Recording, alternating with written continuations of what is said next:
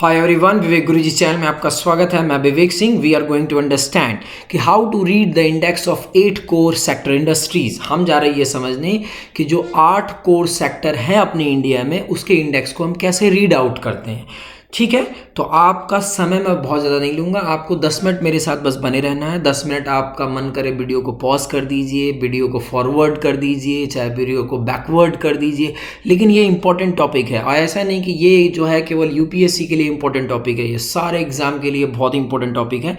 इसलिए ध्यान से इसको देखें। ठीक है, कि कैसे हम कोर इंडस्ट्रीज़ को समझते हैं, कि कोर इंडस्ट्रीज़ का इकोनॉमी के सेंस में क्या वैल्यू है, क्या उसका सिग्निफिकेंस है।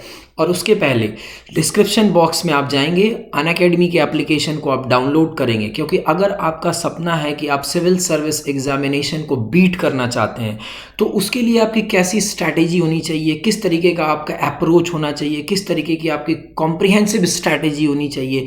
तो इस स्ट्रैटेजी को आपको समझाने, आपको मेंटर करने, आपको गाइड करने के लिए अनअकैडमी के एप्लीकेशन पे 4 बार के क्लियर सिविल सर्विस एग्जामिनेशन को क्लियर करने वाले आईएएस अभिषेक सर्राफ आ रहे हैं। अगर मैं इनकी प्रोफाइल की बात करूं तो यूपीएससी में इनका जो रैंक था 2013 में वो 6 था, और जब भी यूपीएससी सिविल सर्विस एग्जामिनेशन की 2017 की बात करते थे, इनका रैंक जो था वो 402 था, और 2018 में इनका रैंक जो था वो 248 था, और 2019 में जो इनका रैंक है वो कितने नंबर पे है, 8 नंबर पे करंट में ये आईएएस। और ये आपको अनअकैडमी के एप्लीकेशन पे गाइड करने आ रहे हैं।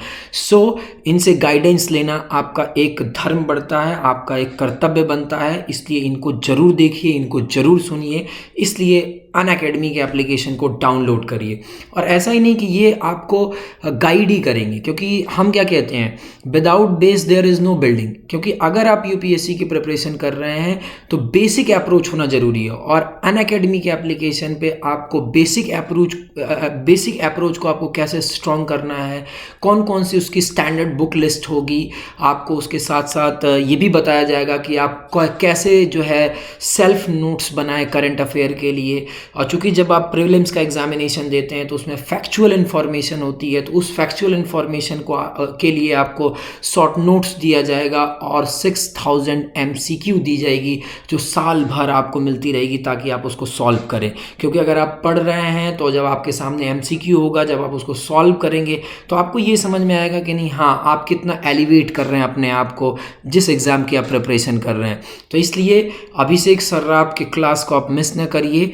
अनअकैडमी के एप्लीकेशन को डाउनलोड करिए एंड लेट्स क्रैक इट। उसको क्रैक करिए, क्रैक ही करिए नहीं, उसको तोड़ दीजिए। जरूरी है उसको तोड़ना। ठीक है, अब अगर हम बात करते हैं कोर सेक्टर इंडस्ट्रीज़ की, तो जो कोर सेक्टर इंडस्ट्रीज़ है, इसका जो डेटा है वो basically office of economic adviser से निकलता है। ठीक है, और जो ऑफिस ऑफ इकोनॉमिक एडवाइज़र है, ये department for promotion of industry and internal trade के द्वारा इसको निकाला जाता है। तो इसलिए अब ये फैक्चुअल इन्फॉर्मेशन है। अब इस फैक्चुअल इन्फॉर्मेशन को आप ग्रैप्स कर लीजिए, क्योंकि कल को आपसे एग्जाम में अगर ये पूछ दिया गया कि जो कोर सेक्टर इंडस्ट्रीज़ है उसमें कितना ग्रोथ हो रहा है, कितना ग्रोथ नहीं हो रहा है, इसका डेटा कौन रिलीज़ करता है, तो department for promotion of industry and internal trade इस डेटा को क्या करता है, रिलीज़ करता है। साथ ही साथ अगर हम इधर बीच बात करते हैं तो सभी को पता है कि इस समय कोविड की एक प्रॉब्लम चल रही है, और जब कभी भी हम कोविड की बात करते हैं तो कोविड के टाइम पे सारा चीज़ जो है उथल पुथल मचा हुआ है।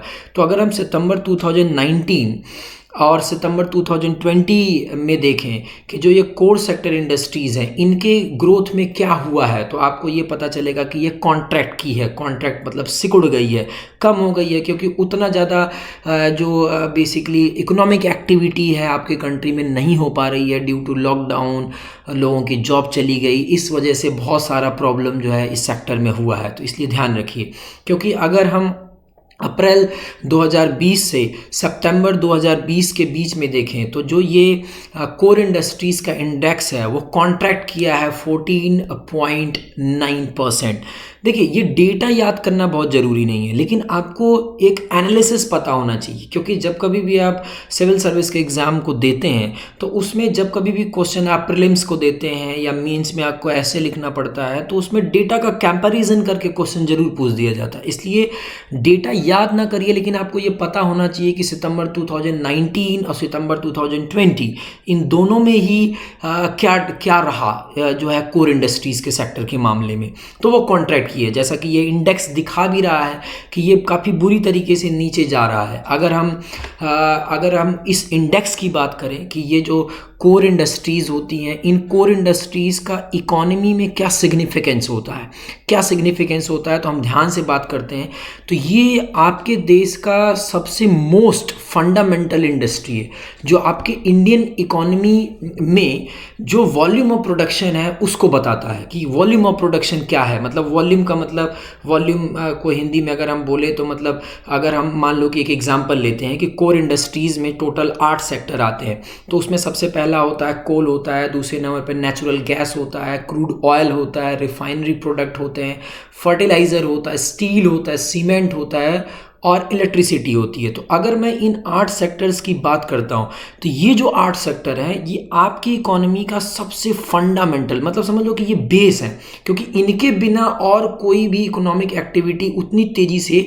नहीं रन कर सकती है। अब कल को मान लो कि आप एग्ज़ाम दे रहे हो और आपके एग्ज़ाम में फैक्चुअल क्वेश्चन पूछा गया और इसमें से 4 ऑप्शन में से एक ऑप्शन गायब करके कोई दूसरा ऑप्शन डाल दिया गया। अब 8 ही कोर इंडस्ट्री होती हैं, उसमें कुछ और ऐड कर दिया गया और आपसे क्वेश्चन पूछ लिया गया, आप कर जाएंगे।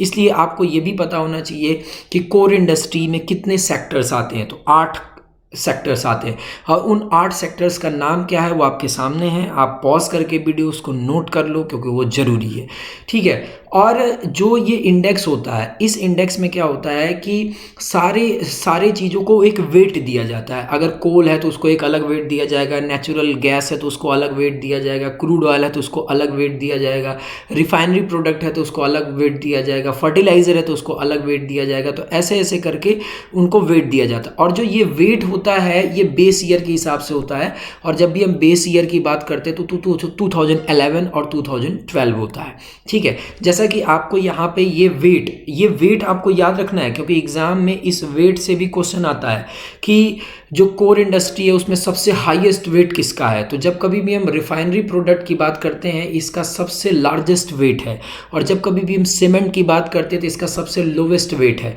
क्योंकि अगर हम यहाँ पे ध्यान से देखें तो रिफाइनरी प्रोडक्ट का जो वेट है वो 28.0376 है, और जब कभी भी हम सीमेंट की बात करते हैं तो उसका 5.3720 वेट डिसाइड किया गया है। तो कल को आपसे एग्जाम में पूछ देगा कि जो ये कोर सेक्टर इंडस्ट्रीज़ हैं, इस कोर सेक्टर इंडस्ट्रीज में सबसे ज़्यादा वेट किसका होता है। तो सबसे ज़्यादा वेट किसका है, रिफाइनरी प्रोडक्ट का। सबसे लोवेस्ट वेट किसका है, सीमेंट का। यहाँ से एक क्वेश्चन पूछ दिया।